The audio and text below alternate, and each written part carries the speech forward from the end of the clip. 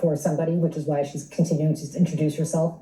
But just as much, they vote against somebody. And Donald Trump is a great motivator for the Democratic base to come out and vote for anybody whose name is not Donald Trump. As far as strategy, Mark, you wrote that it's Harris's race to lose, and you say one of the big reasons is the campaign's ground games. Is that what matters most at this point, you think? Yes, I think that this is a race where there really are no undecided voters. This is about the base and about new voters.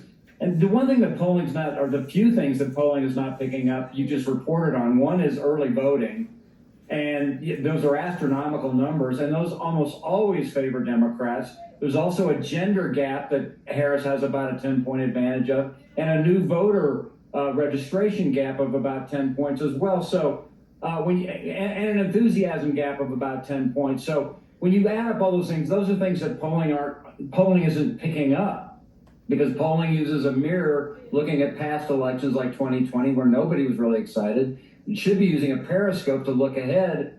And everything that I see, all my spidey sense and all my experience tells me that Harris has a lot going on under the radar that should be very encouraging for Democrats. What else is encouraging under the radar?